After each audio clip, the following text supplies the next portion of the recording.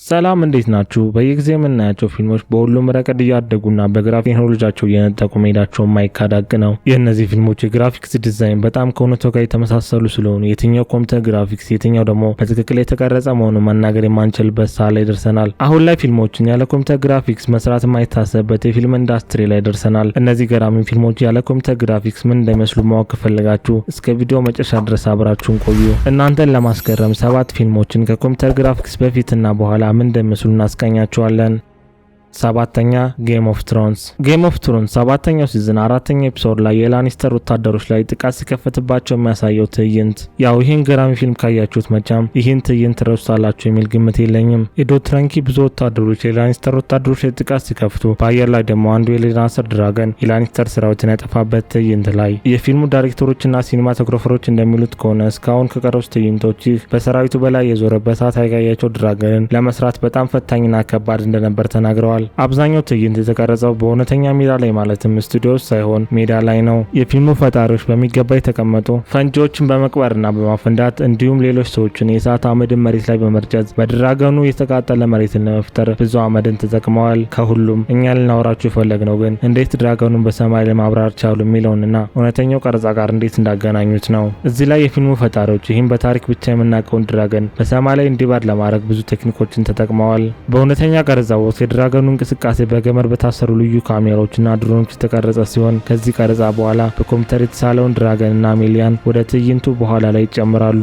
አሜሊያ ስቱዲዮስ ማሽን እየጋለበች ለብቻዋ ትቀርጻለች። ማሽኑ ከድራገኑ ጋር ሲነጻጸር በመጠን ትንሽ ስለሆነ አሜሊያ የራሷን ኢማጂኔሽን በመጠቀም ትልቅ ድራገን እየጋለበች እንደሆነ በማስመሰል በሚገባ ተውነዋለች። የሚገርመው ስቱዲዮስ አሜሊያ ስትቀርጽ አርቲፊሻል ደመናዎች አልነበሩም። ይህ ትዕይንት የተቀረጸው ዙሪያውን በግሪን ስክሪን ተከባ ነው። ኤሚሊያ ተመሳሳይ ቀረጻን በፊልሙ 6ኛ ሲዝን ላይ ካራክተሯ ዲናረስ እና ድራገኖቿን ጆን ስኖው እና ጓደኞቹን የሞት ወታደሮች የሚያድኑበት ትዕይንት ላይም ተጠቅመዋል። መደበኛውን ቀረጻ ደሴት በወረዳማ ሐይቅ ዳርቻ ከኤሚሊያ እና ከሌሎች ሰዎች ጋር ካደረጉ በኋላ እዚህ ላይ የምታዩት ትልቅ ግሪን ስክሪን የፊልሙ ዋና ገጸ ባህሪያት ከሞት ሰራዊቶች ሲያመልጡ ድራገኑ ላይ የሚወጡበት ነው። 6ኛ አትራክሽን። ይህ በቴዎዶር ቦንዳር ዳይሬክት የተደረገው የሩሲያ ፊልም የሆነው አትራክሽን ለተዋናዮቹ የተለየ ገጸ ባህሪ ያላበሰ ፊልም ነው። ኮምፒውተር ግራፊክስ እዚህ ፊልም ላይም ትልቅ ሚናን ተጫውቷል። የሩሲያ ፊልም ኢንዱስትሪ በፊልሞቹ ላይ በብዛት የኮምፒውተር ግራፊክስን ሲጠቀሙ አይስተውሉም ነበር። በራሽያ የፊልም ታሪክ ውስጥ የመጀመሪያ የኤሊየን ፊልም ሲሆን የፊልሙ ፈጣሪዎች አቅማቸውን አሟጠው የተጠቀሙበት ፊልም ነው። እዚህ ትዕይንት ላይ ትልቅ የኤሊየን ስፔስ ክራፍት በመንገዱ ላይ ያሉትን የሞስኮ ህንጻዎችን፣ ድልድዮችን እንዲሁም የስታዲየሞችን እያጠፋና ያለን ይህ ሁሉ ነገር የኮምፒውተር ግራፊክስ ውጤት ነው ብሎ ለማመን ቢከብድም እዚህ ፊልም ላይ የህንጻዎቹ መፍረስ ብቻ አይደለም የኮምፒውተር ግራፊክስ ውጤት የሆነው። በፊልሙ መጀመሪያ ደቂቃዎች ላይ የፊልሙ ዋና ገጸ ባህሪያት የሆኑት ህንጻ ላይ ተቀምጠው የሚታዩበት አብዛኛው የፊልሙ ከኋላ ላይ ያሉት ብዙ ስክሪኖች፣ ስፔስ ክራፍት ውስጥ የሚታዩ ትዕይንቶች እንዲሁም ከኤሊየኖች ጋር ያሉ ድብድቦች በሙሉ የተቀረጹት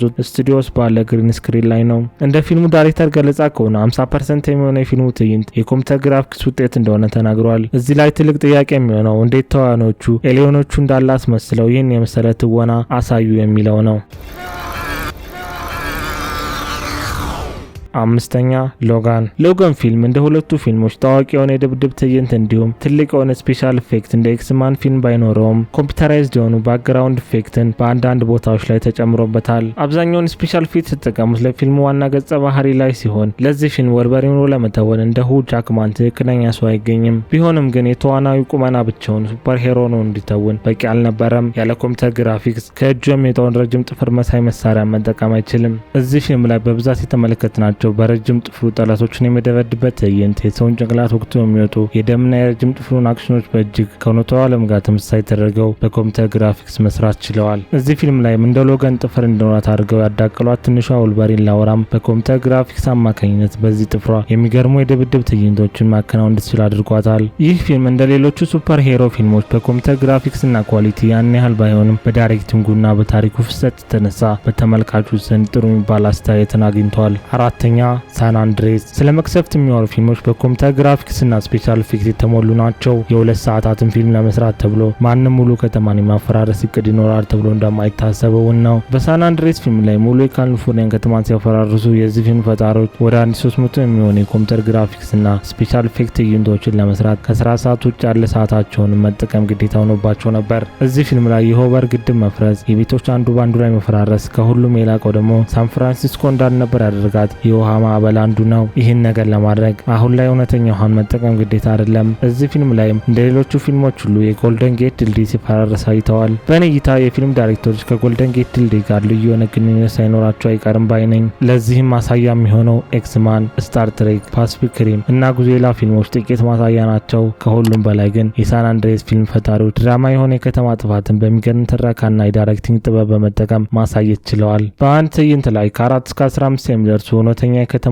ፎቶ ከስፔሻል ኢፌክትና ከኮምፒውተር ግራፊክስ ጋር ሁሉንም አይነት የሲኒማቶግራፊ ቴክኒኮች ጋር በማጣመር ምርጥ ፊልም መስራት ችለዋል። ከሁሉም የሚገርመው ግን የድዋይን ጆንስ ወይም ሮክ ስፔሻል ኢፌክትስ ሲሆን ይህን ፊልም በሚገርም የትወና ብቃቱ ነፍስ ዘርቶበታል ባይ ነኝ። ሶስተኛ ስፓይደርማን ሆምካሚንግ። አሁን ላይ ሱፐር ሄሮ ፊልሞች እንደ በፊቱ ሰዎችን ማስገረም ያቆሙ ይመስለኛል። እንደ ስፔሻል ኢፌክትና ኮምፒውተር ግራፊክስ ያሉ እነዚህ ፊልሞች ዋነኛ ግብአት ናቸው። እስኪ እነዚህን ሱፐር ሄሮ ፊልሞች ያለ ኮምፒውተር ግራፊክስ እናስባቸው። መቼም ሊደረጉ ማይችሉ ሊመስለን ይችላል፣ ግን ቶም ሆላንድ በአዲሱ ስፓይደርማን ፊልም ላይ የታዩ አብዛኞቹ አክሽኖችን በራሱ ማድረግ ችሏል። ለደህንነቱ ሲባል በቀጭን ገመድ የታሰረና መሬት ላይ ፍራሽ ቢደረግለትም ፊልሙ ላይ ያየናቸው አክተሩ የዘለላቸው ዝላዮች በሙሉ ያለ ስፔሻል ኢፌክት ነበሩ። ግን እዚህ ላይ ይህ ብቻ አይደለም። አስገራሚው ነገር አብዛኛው የፊልሙ ትዕይንቶች ያለ ስፔሻል ኢፌክት ትልቅ የፊልም ስቱዲዮዎች የተሰሩ ሲሆኑ የፊልሙ ዋና ገጸ ባህሪ ወይም ቶም የሁሉንም ሰዎች ህይወት የሚያድንበት ትዕይንት ላይ ከሁለት የተከፈለውን ጀልባ በሸረሪት ድሩ በሁለት በኩል የያዘበት ላይ የፊልሙ ፈጣሪዎች ከሁለት የተከፈለውን ጀልባ የሚመስል የውሸት ጀልባን የሰሩ ሲሆን በውሃ ከሞሉት በኋላ ልዩ በሆነ አሰራር ባላንስ አድርጎ እንዲቆም ማድረግ ችለዋል። ይህም ዋና ገጸ ባህሪውና ሌሎቹ ፊልሞች የተሳተፉትን ረዳት አክተሮችን ያስፈራ ትዕይንት ሆኖ አልፏል። ነገር ግን የፊልም ሙሉ ለሙሉ ከኮምፒውተር ግራፊክስ ነፃ ነው እያልኳቸው አይደለም። ኮምፒውተር ግራፊክስ ለሱፐር ሄሮ ፊልም አዲስ ስላልሆነ ወደዛ ገብተን በጥልቀት አናወራበትም። ነገር ግን የስፓይደርማን ሱፍ፣ የአየር ላይ ድብድቦች፣ የዋሽንግተን ሐውልት መውጣት ጥቂት የኮምፒውተር ግራፊክስ ምሳሌዎች ናቸው። የፊልሙ ዋና ገጸ ባህሪ የሆነው ቶም ዋናውን ሐውልት ለመውጣት አቅም ስለሌለውና ለድነቱ ማስኪ ስለሆነ ስቱዲዮዎች የሐውልቱን ተመሳሳይ ገንብተዋል። ሁለተኛ ዘ ትራንስፎርመርስ ዘ ላስት ቱናይት። ሁላችንም እንደምናውቀው እያንዳንዱ የትራንስፎርመር ፊልም ላይ የምናያቸው ብዙ ፍንዳታዎች፣ የትላልቅ ሮቦቶች ድብድብ እንዲሁም በጣም ገራሚ የሆኑ አክሽን ትዕይንቶችን ማየት የተለመዱ ናቸው። እነዚህ የትራንስፎርመር ፊልሞች እንደ ሌሎቹ ድራማና የትወና ጥበብ ማሳየት ባይችሉም በእነዚህ ፊልሞች ላይ የምናያቸው ስፔሻል ኢፌክቶች በጣም እንደወርነር ናቸው ነው። ማይክል ቤይ የኮምፒውተር ግራፊክስ ሙያ ላይ ጠበብት ከሚባሉ ባለሙያዎች አንዱ ሲሆን እዚህ ፊልም ላይም ብዙ ትዕይንቶች ያለ አክተር ባልተሳተፋቸው ቦታዎች ላይ እያንዳንዷን ከመጀመሪያ ጀምረው በኮምፒውተር የሰሯቸው ናቸው። ቢሆንም ግን የተወሰኑት ትዕይንቶችም በግሪን ስክሪን የተቀረጹ አሉበት። ለምሳሌ ሄሮዎቹ ከትልቅ ማዕበል እየወጡ የሚያመልጡበት ትዕይንት ላይ በልዩ መልኩ በውሃ እንዲሮጡ ተደርጎ በተሰራው መሳሪያ ተጠቅመው የመራ አክተሮቹ በውሃ በስብሰው ነበር። ሌላም አክተሮቹ የሚወድቁበት ትዕይንት ላይ የማርክ ወልበርግ እና የላውራ ሄርክ ህይወት አደጋ ላይ የወደቀበት የፊልሙ ክፍል ላይ በትንሽዬ ብረት ዘንግ ላይ ተንጠልጥለው ስቱዲዮስ የተቀረጸ ነው። ፊልሙ ላይ የእውነት ፍርሃት እንዲፈጠር በማሰብ የፊልሙ ፈጣሪዎች ስቱዲዮዎች የሚሽከረከር መሳሪያን ሰርተዋል። ይህ መሳሪያ ተዋናዮቹ እንዲወድቁ የሚያስገድድ ነበር። ነገር ግን ፊልሙ ላይ እንዳየነው ህይወታቸው አደጋ ላይ የሚጥል አልነበረም። ወድቀው አደጋ እንዳይደርስባቸው በገመድ ታስረው ነበር። እንዲሁም በዙሪያቸው ምንም የሚፈነዳ ነገር አልነበረም። ይህም ሆኖ ተዋናዮቹ አሪፍ ትወናን ማሳየት ችለዋል። ቁጥር 1 ላይ የምናገኘው 2012 አሁንም ሌላ የመቅሰፍትና የመጥፋት ፊልም። ይህ ፊልም በጣም አሪፍ ፊልም ነው። በጥሩ የትረካ ስልት የተሰራ ለእኔ በግሌ እስካሁን ካየኋቸው ምርጥ ከሚባሉ ፊልሞች ግንባር ቀደሙ ፊልም ነው ብል ማጋነን አይሆንብኝም። በ2012 ፊልም ላይ ከ500 በላይ ትዕይንቶች፣ በተፈጥሮ የተከሰቱ ጥፋቶችና የህንፃ መፈራረሶች ልብ አንጠልጣይ በሆነ መልኩ ያሳየናል። ስቴፈን ትራያንስኪ የፊልሙ ቪዥዋል ኢፌክት ባለሙያ እንደሚለው ከሆነ አብዛኞቹ የፊልሞቹ ቪዥዋል ኢፌክት ለመስራት ትልቅ የኮምፒውተር አቅም እንደጠየቀ ይናገራል። 250 ትልቅ አቅም ከኮምፒውተር ግራፊክስ ጋር ያካታቱ ኮምፒውተሮችን በዚህ ፊልም ላይ ተጠቅመዋል። ይህን ሁሉ ከተዋናዮቹ ከተሳተፉበት ትዕይንት ውጭ ያለው ነው።